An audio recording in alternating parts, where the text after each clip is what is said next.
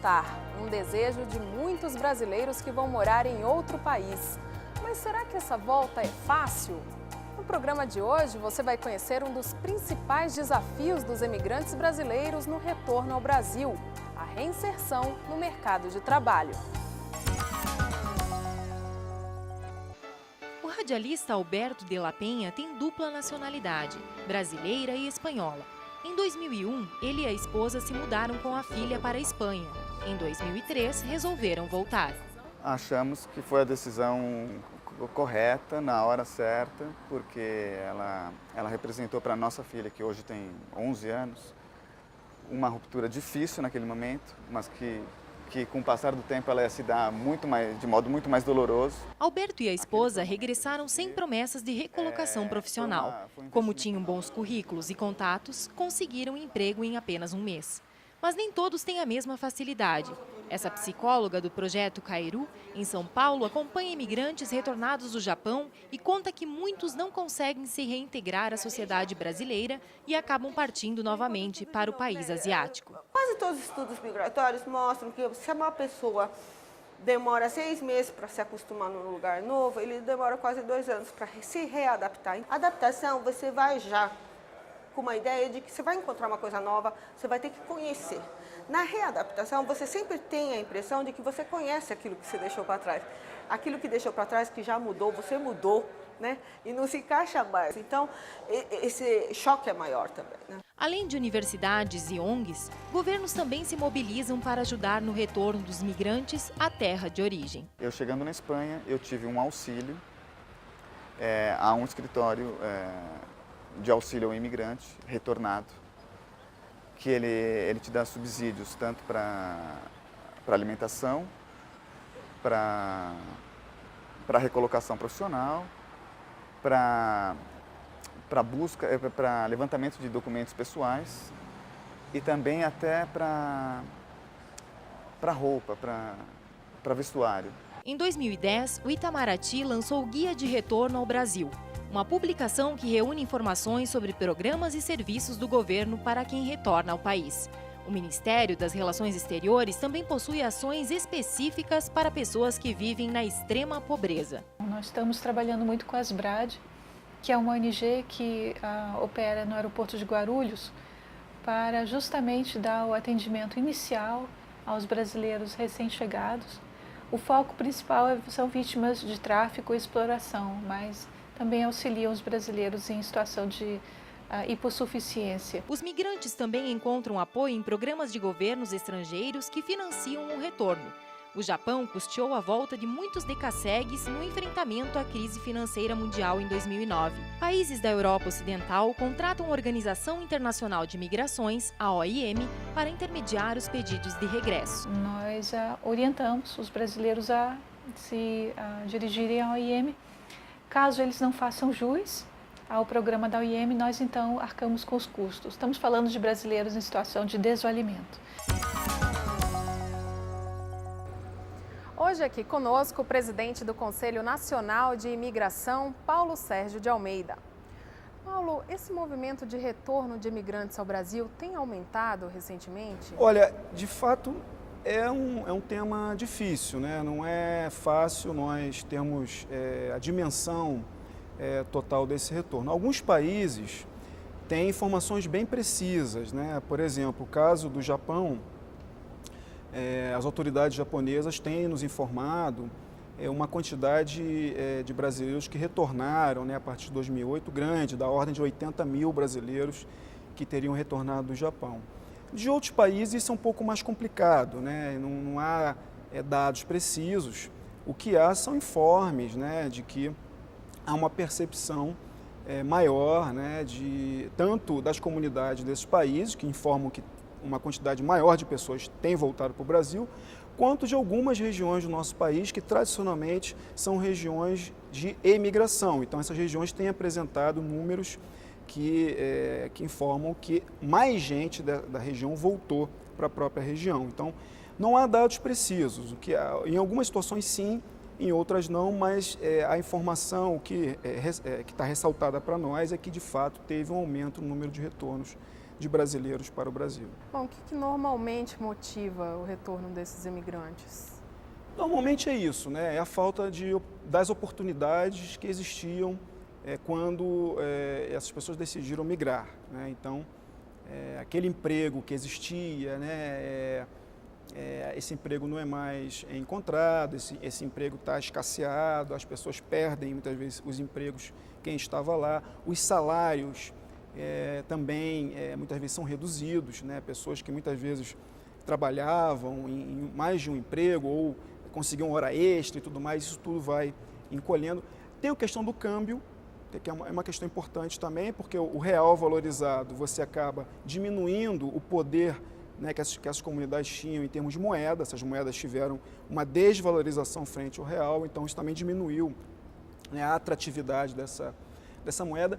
E um outro fator que é fundamental também, que é o aperto migratório, né? Boa parte, uma parcela importante das comunidades brasileiras no exterior estão em situação migratória irregular e sofreram muito esse aperto das políticas migratórias, né? Em termos de mais pessoas que são presas, que são detidas para fins de deportação e isso de fato impactou também a decisão das pessoas em voltar para o Brasil.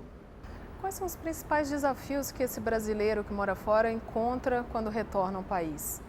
Olha, são muitos desafios, né? Isso varia muito, né? Depende, por exemplo, do tempo que ele ficou no exterior, né? Pessoas que passaram muito tempo no exterior sofrem um bocado para se readaptar ao Brasil, né? Desde o ponto de vista documental, porque muitas vezes não tem mais os documentos brasileiros ou porque venceram muitas vezes, então precisa chegar ao Brasil, refazer, né, o exercício da sua cidadania em termos de acesso aos serviços públicos, de acesso a documentos.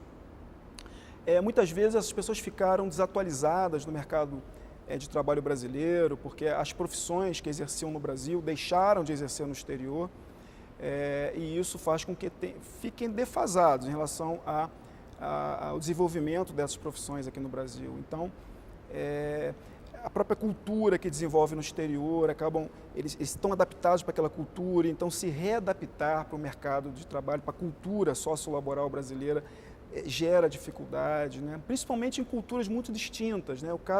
Eu sempre menciono o caso do Japão, que é uma cultura muito diferente da brasileira. Então aquelas pessoas levaram anos para se adaptar àquela realidade, né? de trabalho, né? De vida naquele país. Então, claro que tem muita dificuldade para se readaptar à realidade brasileira. E como é que esse ex-imigrante pode se reinserir aqui no mercado do trabalho do Brasil? Então, o que a gente sempre diz é que se a pessoa que está pretendendo voltar para o Brasil, ela tem que se preparar para o retorno, né? Isso é muito importante para o migrante, para que ele busque informação, pesquise, procure saber como que está a situação, no caso do Brasil, do mercado de trabalho do Brasil, se oriente, acompanhe as notícias, o que está acontecendo, para ele já ir, vamos dizer assim, internalizando aquela nova realidade, já sabendo que desafios ele vai ter ao voltar para o Brasil, que dificuldades ele eventualmente vai ter. Se ele tem diplomas obtidos no exterior, ele tem que trabalhar, ver para que esses diplomas possam ser depois reconhecidos no Brasil, então tem uma série de procedimentos a ser feitos ainda no exterior, saber que tipo de documentos ele vai precisar no Brasil, então ele tem que ser preparado, né, para esse retorno, ele próprio, né, pesquisar. E eu acho que também existem algumas iniciativas do Brasil que são importantes para isso, né? O caso nosso, do Ministério do Trabalho, nós temos um projeto Casa do Trabalhador Brasileiro, que é um projeto que visa ser um centro, né, um local onde o brasileiro, né, possa obter informação sobre seus direitos, deveres, né, dúvidas trabalhistas que tenham naquele país, né, para que ele possa, então, trabalhar de uma forma sem problemas, vamos dizer assim, nesse país onde ele vive. Essa Casa do Trabalhador Migrante já está em funcionamento em Foz do Iguaçu. Também o governo quer inaugurar em Oiapoque, avalia também as cidades de Pacaraima e Bonfim, na fronteira, lá no norte. A gente parte do princípio de que o migrante, por transitar entre culturas, legislações, situações diferentes, ele encontra muita dificuldade em entender as realidades por onde ele transita. Então, essas casas visam buscar levar esse tipo de informação específica para essas pessoas. As casas de fronteira, elas visam atuar sobre, no caso, os brasileiros que vivem do lado do Paraguai, no caso da Casa de Foz do Iguaçu. Ela fica do lado brasileiro da fronteira, junto à Ponte da Amizade, ou seja, muito próximo da fronteira com o Paraguai. Então ela visa atender o brasileiro que vive do lado paraguaio da fronteira e também os estrangeiros que transitam para o lado brasileiro. E essas casas, elas visam, então, o quê? Levar esse tipo de informação que é necessária para essas pessoas, principalmente a questão de como acessar o mercado de trabalho, seja trabalhar regularmente no Paraguai, seja trabalhar regularmente no Brasil, né?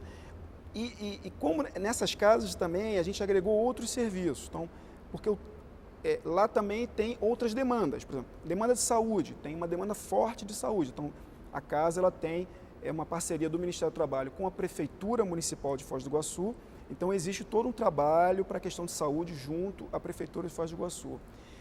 E nós recentemente fizemos uma parceria com a Secretaria de Mulheres da Presidência da República, porque vimos que a Casa do Migrante lá em Foz, ela atendia principalmente mulheres.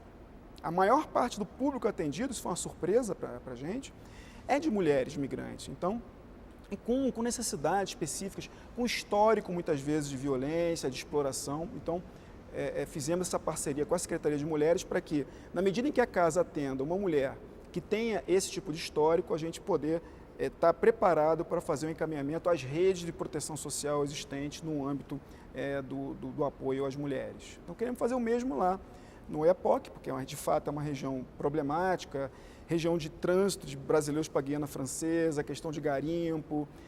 Toda a fronteira norte, aliás, é uma região que merece muita atenção. Acho que é muito importante ter mais presença do Estado nessa região. Eu acho que a Casa do Migrante pode desempenhar esse papel de maior presença do Estado no que se refere ao apoio dessa população migrante.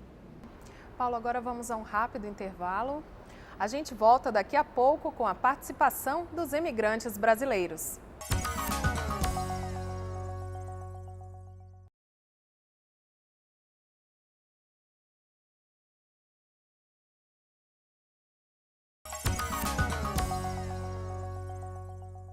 Você está assistindo ao Brasileiros no Mundo, um programa da TV Brasil Internacional.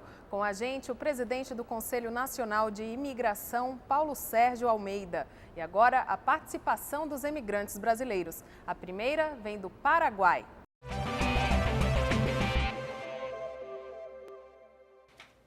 Eu sou Sueli Guerreiro, sou brasileira, nasci de Santa Catarina, moro no Paraguai há 25 anos. Sou professora de português língua estrangeira. Eu, com a minha família, tentei vir ao Brasil, voltar ao Brasil há uns 6 anos atrás. Ficamos 2 anos no Brasil, mas houve muita dificuldade numa readaptação por causa do campo laboral, do campo trabalhista. Tanto que a gente tentou 2 anos e voltou ao Brasil, ao Paraguai. Eu pergunto, o governo brasileiro não acha importante fazer programas para apoiar essas famílias que estão voltando do estrangeiro, brasileiras ou brasileiros casados com estrangeiros? Não poderia dar maior assistência para que haja uma maior adaptação, mesmo, principalmente no campo laboral, no campo de trabalho? Nesse caso específico, uma iniciativa que o Ministério do Trabalho tem adotado, né, é a Casa do Migrante de Foz do Iguaçu, porque ela justamente visa atender a esses brasileiros que foram morar no Paraguai, né, e demandam serviço no Brasil, né, ou mesmo demandam retornar para o Brasil. Então a casa ali ela oferece as informações que nós temos disponíveis, né, do acesso aos serviços públicos que compõem a cidadania brasileira, né. Ali também tem informações sobre o mercado de trabalho, sobre como acessar o mercado de trabalho brasileiro. Então, é uma iniciativa que é desde 2008, uma iniciativa nova, portanto, que visa fazer, justamente atuar nessa questão muito bem colocada pela Sueli. A próxima pergunta vem de Portugal.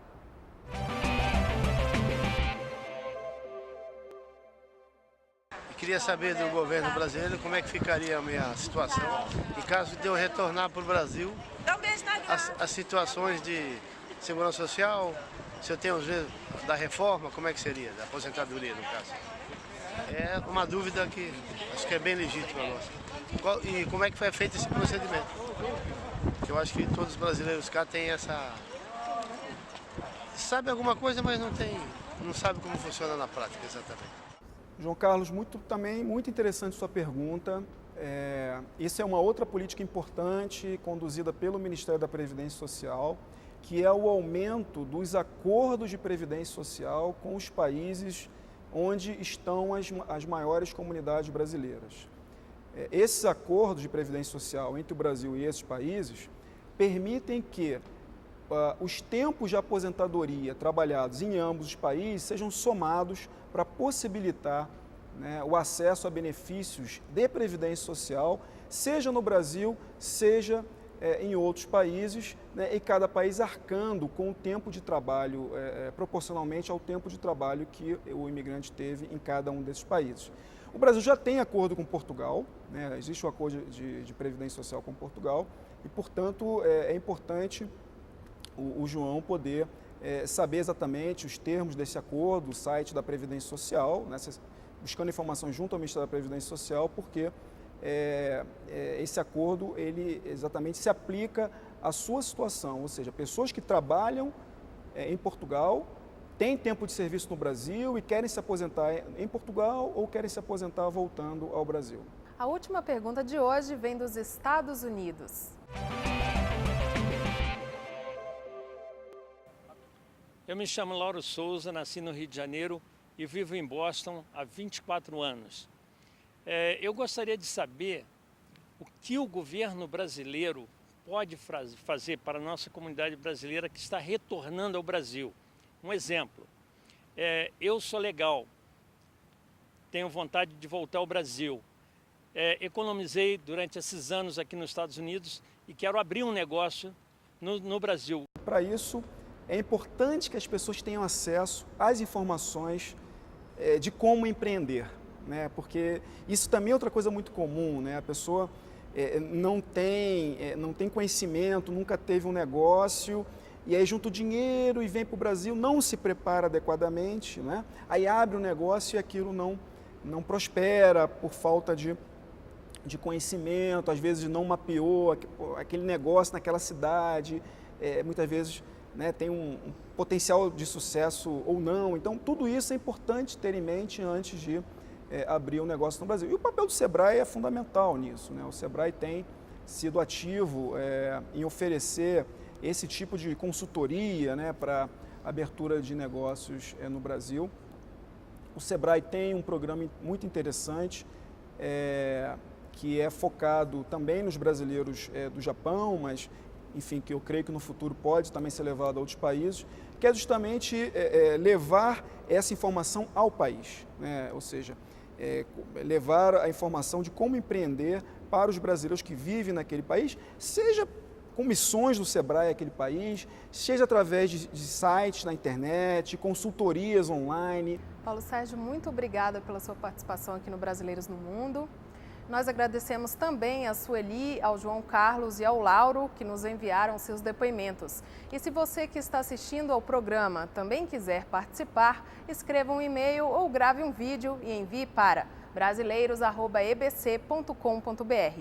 Nós ficamos por aqui. Até a próxima semana.